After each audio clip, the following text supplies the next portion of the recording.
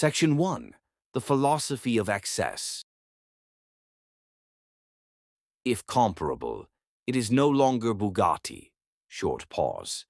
Those were the words of Ettore Bugatti, a man who didn't view automobiles as transportation, but as fine art.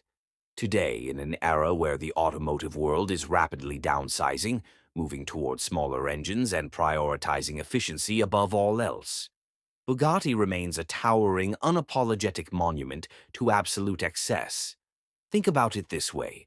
Most modern sports cars try to balance weight, agility, and economy. Bugatti doesn't balance. It overwhelms.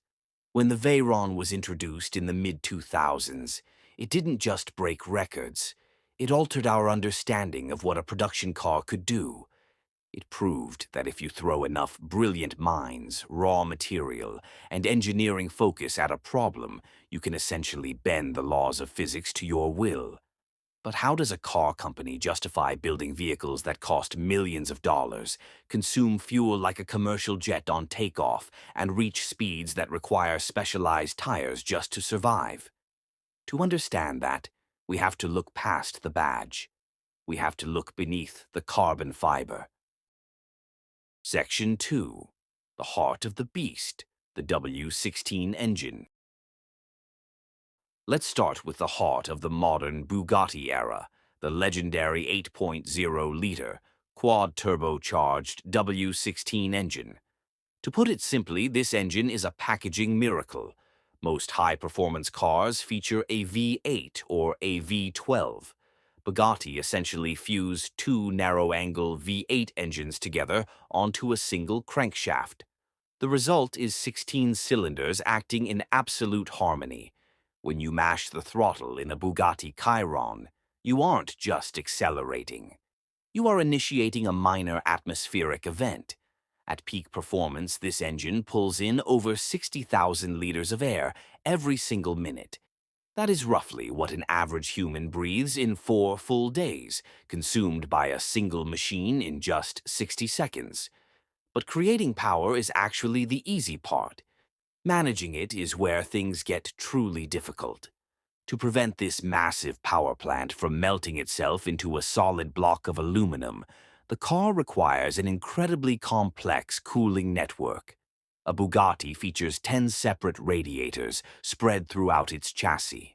3 of them handle the engine coolant, 3 handle the intercoolers, and the rest look after the air conditioning, the engine oil, the transmission fluid, and the differential. The water pump moves coolant through this system so fast that it could fill an entire household bathtub in under 12 seconds. It is an engine designed not just to perform, but to endure forces that would tear an ordinary car apart. Section 3. Fighting physics at 250 plus miles per hour. When you cross the threshold of 250 miles per hour, air stops acting like an invisible gas. It begins to behave like a viscous liquid. The air becomes a physical wall trying to slow you down, push you off course, or lift the car off the tarmac entirely. Aerodynamics at this level isn't about looking sleek, it's about survival. Every single line on a Bugatti has a functional job. Look closely at the iconic C-bar curve on the side of the chassis. While it elegantly mirrors the signature of Ettore Bugatti, its primary engineering job is to act as a massive low-pressure intake, drawing turbulent air away from the front wheels and feeding it directly into the engine bays. At the rear sits an active wing.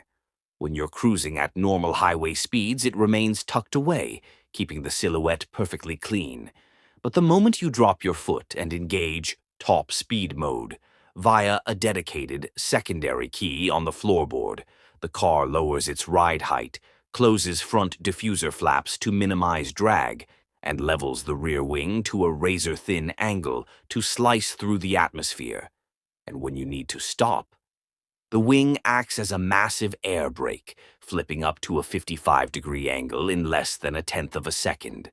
The downforce generated by the air brake alone is roughly equal to the weight of an entire small hatchback car, pressing down on the rear axle, giving the massive carbon ceramic brakes the stability they need to bring a 2-ton vehicle to a dead stop from hyperspeed without veering an inch offline.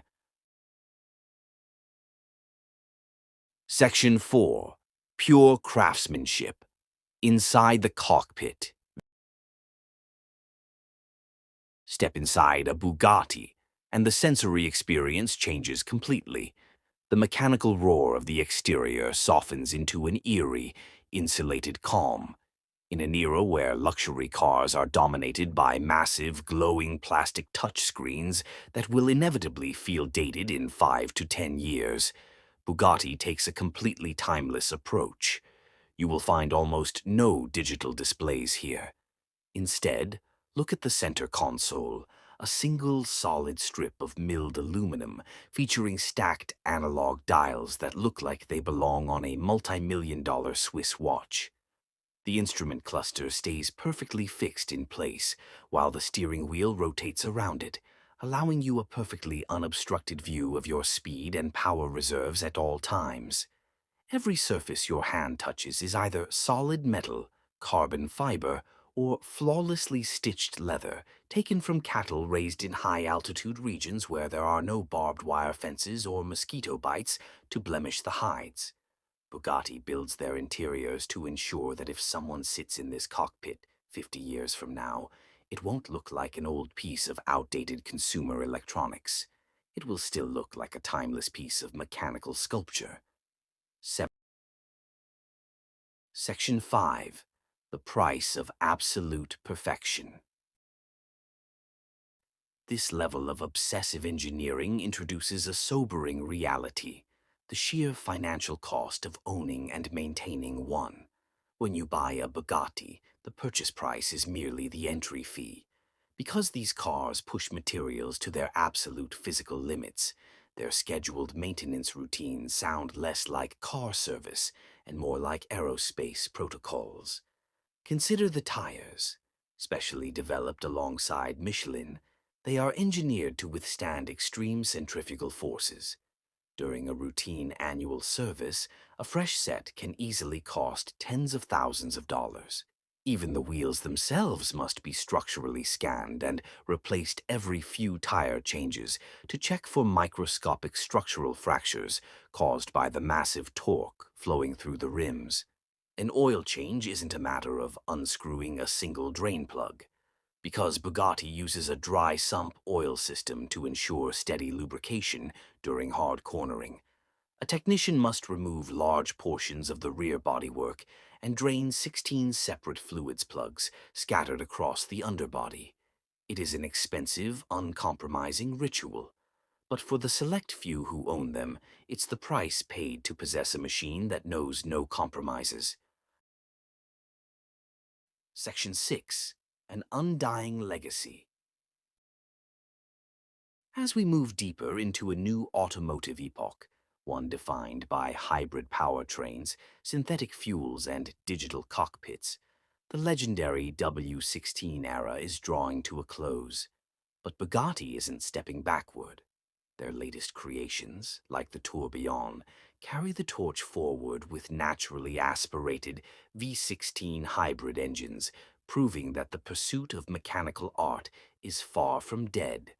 Bugattis are not practical cars. They don't make sense on a spreadsheet, and they certainly don't fit into a conventional world. But they don't need to. They exist to answer a singular, beautiful question. What happens when engineers are told to stop worrying about budgets, stop worrying about constraints, and simply build the absolute best machine possible?